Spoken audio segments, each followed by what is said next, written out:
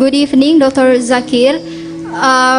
My question is about jihad. Is there any possibilities to do jihad or declare jihad in nation-state country or secular country? Or jihad just can be happen by Islamic State or Caliphate?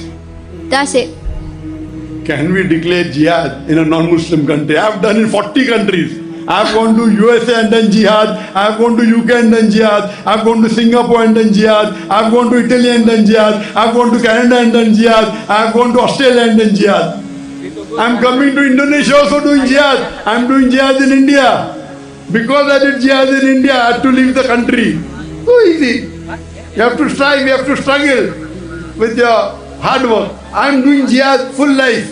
MashaAllah. Very easy. You have to ask Allah to help you and do jihad, do struggle.